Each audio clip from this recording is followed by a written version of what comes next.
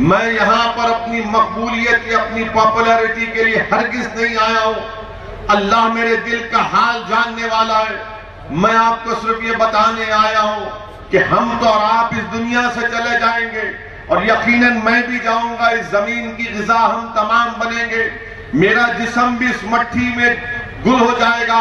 मगर याद रखिए, जब तक मैं जिन बातों की तरफ आपको मुतवज्जे कर रहा हूं, इस पर गौर करिए ठंडे दिल से, इस पर गौर करिए। कब तक डर डर कर आप इस पार्टी को वोट देंगे? कब तक आप डर डर कर खामोशी में बैठकर अपने घर के कोने में आंसू बहाते रहेंगे? कब तक हम हिचकियां लेंगे, परेशान होंगे? मेरे भाई, डर की बुनियाद पर 6 अप्रैल को वोट मुझे भी मत दीजिए, ना मेरी पार्टी को वोट दीजिए।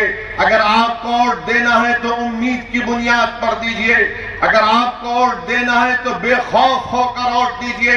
अगर आपको वोट देना है तो बेखौफ होकर अपना सीना तान कर पूरी जिम्मेदारी के साथ आप अपने वोट का इस्तेमाल करिए। मगर याद रखिए, अगर आज आप 6 तारीख के दिन डर कर वोट देंगे तो जिंदगी भर हम डर डर कर वोट देंगे और हमारे जो बुनियादी मसाइल हैं हम उसकी तरफ कभी भी तवज्जो नहीं दे पाएंगे।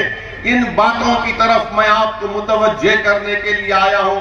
आप अपनी एक लीडरशिप को बनाइए। याद रखिए, तमिलनाडु की सियासत में ये दीगर जो मुस्लिम पॉलिटिकल पार्टीज हैं उनको सिर्फ टिकट दिया जाता है दिखाने के लिए, उनको टिकट दिया जाता है दुनिया को बताने के लिए। जिनको अंग्रेजी में कहते हैं शो बॉयज हैं, ये तमाम के तमाम शो बॉयज हैं। ये अपनी जबान नहीं खोलते, ये गूंगे बनकर पार्लियामेंट में बैठते हैं या तमिलनाडु के असेंबली में अंधे या गूंगे बनकर बैठते हैं। अगर इनकी जबानों में हिम्मत होती तो नाइंसाफी के खिलाफ आवाज उठाते। अगर इनकी आंखों में रोशनी होती तो इनकी आंखों से आंसू नहीं बल्कि खून निकलता जब वो बर्बादी और मसाइब को देखते मजलूमों के। इसीलिए मैं आपसे बार बार अपील कर रहा हूं कि एक इंडिपेंडेंट पॉलिटिकल लीडरशिप की जरूरत है। इससे हमारी डेमोक्रेसी मजबूत होगी, इससे हमारी जमहूरियत में लोगों में और भरोसा पैदा होगा। वरना ये बेनाम की ये तमाम शो बॉयज को कामयाब करने से आपका कोई प्रॉब्लम हल नहीं होगा।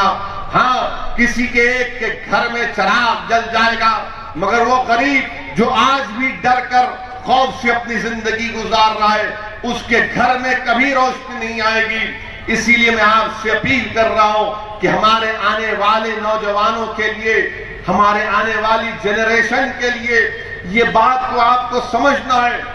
यकीनन मैं सेकुलरिज्म के खिलाफ था ना रहूंगा, बल्कि मैं तो मानता हूं कि सेकुलरिज्म हमारे कॉन्स्टिट्यूशन का बेसिक स्ट्रक्चर का हिस्सा है। मगर सेकुलरिज्म का हरगिज मतलब ये नहीं है कि मैं अपने हाथ काट कर दे दूं। सेकुलरिज्म का हरगिज मतलब ये नहीं है कि अपने उंगलियां काट कर दे दूं।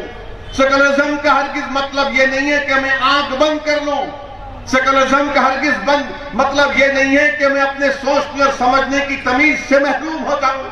सेकुलरिज्म का हरगिज मतलब ये नहीं है कि मैं डर डर कर अपनी जिंदगी गुजारूं। सेकुलरिज्म का हरगिज मतलब ये नहीं है कि मैं अपने पसंद की पार्टी को वोट ना दूं। इसीलिए मैं आपसे अपील कर रहा हूं कि डर की बुनियाद पर नहीं, उम्मीद की बुनियाद पर आप अपने वोट का इस्तेमाल करिए। तमिलनाडु की सियासत आप मुझसे बेहतर जानते हैं, मैं क्या आपको बताऊंगा। मगर एक हकीकत है, चाहे एडीएमके हो और डीएमके हो, ये दूध के धुले हुए नहीं है। इन्होंने बीजेपी का साथ दिया है, डीएमके ने भी बीजेपी का साथ दिया है, एडीएमके भी ने भी बीजेपी का साथ दिया है। बताइए फिर आप कैसे डीएमके को सेकुलर कहते हैं? मैं आपको याद दिला रहा हूं, 30 अप्रैल 2002 गुजरात का फसाद चल रहा था, खून की होली खेली जा रही थी, इंसानियत को खत्म किया जा रहा था। जब लोकसभा में डिबेट हो रहा था तो यही डीएमके ने नरेंद्र मोदी की हुकूमत की तारीफ की, अटल बिहारी वाजपेयी की तारीफ ने उस मोशन का साथ किया। क्या भूल गए उन लोग चीजों को? मैं पूछना चाहता हूं, जो लोग आज डीएमके को सेकुलरिज्म के सर्टिफिकेट दे रहे, किस बुनियाद पर आप दे रहे मुझे बताओ। यही डीएमके थी ना जो अटल बिहारी वाजपेयी का लोकसभा में साथ दिए थे। मगर आपसे कह रहे हैं बीजेपी को रोकना है तमिलनाडु में, इसलिए डीएमके को वोट दो। आपका फैसला है, मैं उसकी इज्जत करता हूं। किसको वोट देना वो आपका फैसला है। मेरा काम यह है कि आपको हकीकत बताऊं और बताकर जाऊंगा मैं यहां से। उसके बाद आप जाने, आपका फैसला जाने। डीएमके ने सपोर्ट किया था 30 अप्रैल 2002 को। क्या यह बात सच नहीं है मेरे भाई कि जब इसी लोकसभा में नेशनल इन्वेस्टिगेटिंग एजेंसी का बिल आया, क्या डीएमके का मैंने उसके खिलाफ मैंने डिवीजन मांगा, वोटिंग किया। यहां से आपने 38 एमपीज को डीएमके लेड कॉम्बिनेशन को कामयाब किया, एक ने भी वोट नहीं दिया। मैं डिवीजन का मुतालबा किया था, सिर्फ 6 वोट मिले मुझे। क्यों नहीं दिया डीएमके और कांग्रेस के एमपीज ने? ये तमिलनाडु का इलेक्शन तो नहीं था नापाल लोकसभा में, ट्रिपल तलाक का बिल आया। मैं डिवीजन पूछा कौन क्यों वोट नहीं दिए, पूछो इनसे आप। वोट देना था ना बीजेपी के खिलाफ, मोदी के खिलाफ, हम डिवीजन पूछे। अनलॉफुल एक्टिविटीज प्रिवेंशन एक्ट का बिल आया, मैं उसकी मुखालिफत किया, डिवीजन पूछा। कांग्रेस पार्टी ने बीजेपी का साथ किया, डीएमके अब कांग्रेस के साथ है। और वही यूएपीए का कानून, पूरे मुल्क में सेकंड हाईएस्ट केसेस अगर कहीं बुक होते हैं तो तमिलनाडु में बुक होते हैं। 5-5 साल, 8-8 साल, 10-10 साल बच्चों को जेल में डालकर उनको सजा दिया जाता है। यह सेकुलरिज्म है। आप खुद सोचो इस बात को, क्या यह सेकुलरिज्म रहेगा? नहीं नहीं नहीं, अब हमारे को यहां पर इलेक्शन है। याद रखो मेरी इस बात को आप, जिस दिन डीएमके को भी नजर आएगा कि हम अपने मेजॉरिटी वोट्स को से हाथ धो रहे हैं, वो आपको यतीम और यसीर बनाकर छोड़ देंगे। याद रखो, ये हर पॉलिटिकल पार्टी कर रही है। जहां आपकी जरूरत पड़ती आपकी बड़ी तारीफ करते, और जब आपकी जरूरत नहीं रहती आपको पोंछ के फेंक देते हो लोग। इसीलिए अपनी अहमियत को समझो आप। अगर मैं गलत कह रहा हूं तो ये पूछो अपने आप से आप। मुझे शिकायत डीएमके से नहीं है, मुझे शिकायत करना है तो आपसे करना है। मेरा हक बनता आपको बोलना। मैं आपका भाई हूं, आपका बेटा हूं। मैं यकीनन तमिलनाडु की सरजमीन से नहीं हूं, मगर मेरा और आपका रिश्ता वो रिश्ता है जो खून से बड़ा रिश्ता है, जिसको दुनिया की ताकत कभी नहीं तोड़ पाएगी।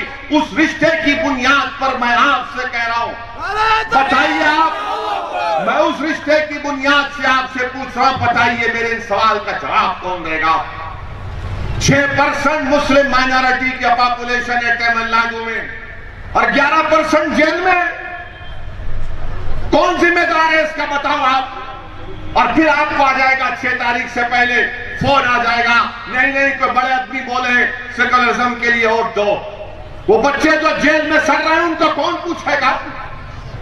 आपको मालूम, पूरे साउथ इंडिया में सबसे ज्यादा मुसलमान आउट ऑफ फॉर्मल एजुकेशन में कहां पर है? सेकेंड हाईएस्ट तमिलनाडु में 24%। 24 Muslims are out of formal education in Tamil Nadu. कौन रिस्पॉन्सिबल है इसका? कोई पूछने वाला नहीं है, कोई लड़ने वाला नहीं है। और आपका मामला यह है कि आप बोलते सऊदीन ओवैसी साहब, हम आपके बहुत बड़े फैन हैं, हम आपका हर स्पीच सुनते, हम आपका हर डिबेट टीवी में सुनते, हमको सुन के जोश आता, मगर वोट डालते वक्त वो कहां चला जाता जोश? वोट डालते वक्त वो मोहब्बत कहां चले जाती? मैं क्या कोई एक्टर हूं जो पैसे लेकर पार्लियामेंट में तकरीर करता हूं? मेरे अजीज दोस्तों और बुजुर्गों, एक जज्बा है, एक तकलीफ है, एक कमिटमेंट है और जिंदगी भर रहेगा इंशाअल्लाह ताला। इस जिम्मेदारी मुझ पर है। मैं तो अल्लाह का शुक्र अदा करता हूं कि रब्बे करीम ने मुझे मौका दिया एक मजलूम और इन तमाम गरीबों की खिदमत करने का। मैं अपनी जिम्मेदारी को निभा रहा हूं। मैं कोई एहसान नहीं कर रहा हूं, अल्लाह का करम है। अल्लाह किसी का मोहताज नहीं है। अगर मैं नहीं हूं तो अल्लाह किसी और से काम लेगा और हो सकता है कि मुझसे अच्छा काम कर सके। मगर मैं आपके सामने इन बातों को रखने का मकसद ये है कि आप सोच समझकर अपने वोट का इस्तेमाल करिए। यकीनन मोदी को हराना है, हराएंगे इंशाअल्लाह ताला। यकीनन बीजेपी को हराना है, एडीएमके को हराना है, हराएंगे जरूर इंशाअल्लाह ताला। मगर ये कौन सा पॉलिसी है कि मैं खुद हार कर दूसरे को कामयाब बनूं? कब तक आप अपने कंधों पर किसी और को उठाकर नाचते रहेंगे? कब तक आप अपने कंधों पर किसी और को उठाकर नाचेंगे? कभी अपनी खुशी में अपने भाई को कंधे पर उठाकर नाचो। एक मर्तबा एक तारीख बनाओ तमिलनाडु में, एक तारीख बनाओ मेरे भाई।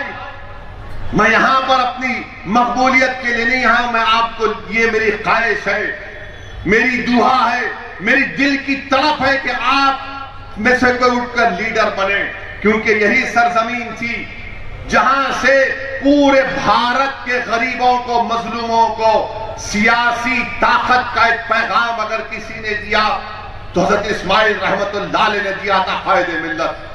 क्या कायदे मिल्लत की कुर्बानी को हम सिर्फ जबान से बोलकर खत्म कर देंगे? अरे कायदे मिल्लत की कुर्बानी को अगर याद रखना है तो पॉलिटिक्स में एक इंडिपेंडेंट लीडरशिप को बनाना पड़ेगा। इंडिपेंडेंट लीडरशिप नहीं बनेगी तो फिर आप और हम सिर्फ जिंदगी गुजारते रहेंगे खामोश तरीके से। एक और बात लिख के रख लो आप, ये फिरका परस्ती का जहर, ये फैसिज्म का दौर, ये खत्म नहीं होने वाला है। ये रात बड़ी अंधेरी होने वाली है, याद रखो मेरी इस बात को आप। मैं डराने के लिए नहीं कह रहा हूं, बल्कि हकीकत बयान कर रहा हूं।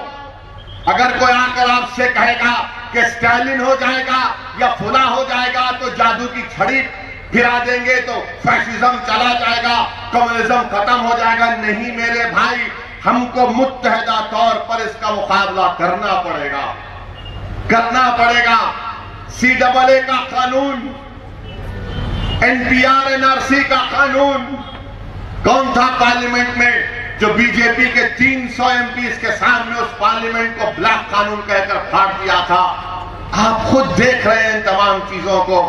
और तमिलनाडु में फैसिज्म, कम्युनिज्म इतना बढ़ रहा है कि आप खुद देख रहे हैं कि DMK के MLA गिंगी के केएस मस्तान साहब राम मंदिर के लिए 11,000 रुपये दिए। गिंगी के DMK के MLA केएस मस्तान 11,000 रुपये दिए। क्या बोल सकते हैं? माशाअल्लाह ही बोल सकते हैं उनको। शायद उनका यही दिल की तड़प होगी। और मिल्लत टाइम्स को आपकी जरूरत है, हमारी आप माली मदद करें। हर महीने सिर्फ 100 रुपये और 1 साल के लिए एक साथ सिर्फ 1000 रुपये। रकम भेजने के लिए यहाँ दिए गए फोन पे, गूगल पे और पेटीएम नंबर का इस्तेमाल कर सकते हैं।